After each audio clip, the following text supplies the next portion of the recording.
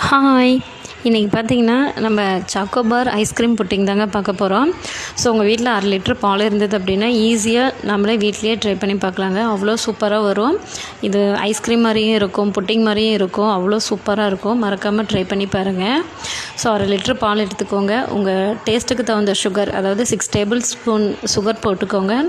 அது கொதிக்கிற ஸ்டேஜில் வந்துட்டு கார்ன்ஃப்ளவர் பாலில் கொஞ்சம் மிக்ஸ் பண்ணி அதுக்கப்புறம் அந்த கொதிக்கிற பாலில் நீங்கள் கிளறிக்கிட்டே இருந்தீங்க அப்படின்னு சொன்னால் கொஞ்சம் திக்கான பேட்டராக வரும்.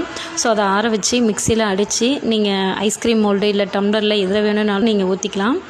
ஸோ அதை ஊற்றினதுக்கப்புறம் ஃப்ரீஸ் ஆனதுக்கப்புறம் நீங்கள் அடுத்த நாள் மினிமம் 8 ஹவர்ஸ் வந்துட்டு ஃப்ரீஸ் ஆகணும். ஸோ ஃப்ரீஸ் ஆனதுக்கப்புறம் நீங்கள் எடுத்து சாக்லேட்டில் டிப் பண்ணி நீங்கள் எடுத்து சர்வ் பண்ணீங்க அப்படின்னு சொன்னால் அவ்வளோ சூப்பராக இருக்குங்க. ஸோ மறக்காமல் கண்டிப்பாக ட்ரை பண்ணி பாருங்கள். இதோட ஃபுல் டீட்டெயில் வந்துட்டு டிஸ்கிரிப்ஷனில் கொடுக்குறேன். மறக்காமல் ட்ரை பண்ணி பாருங்கள். தேங்க்யூ.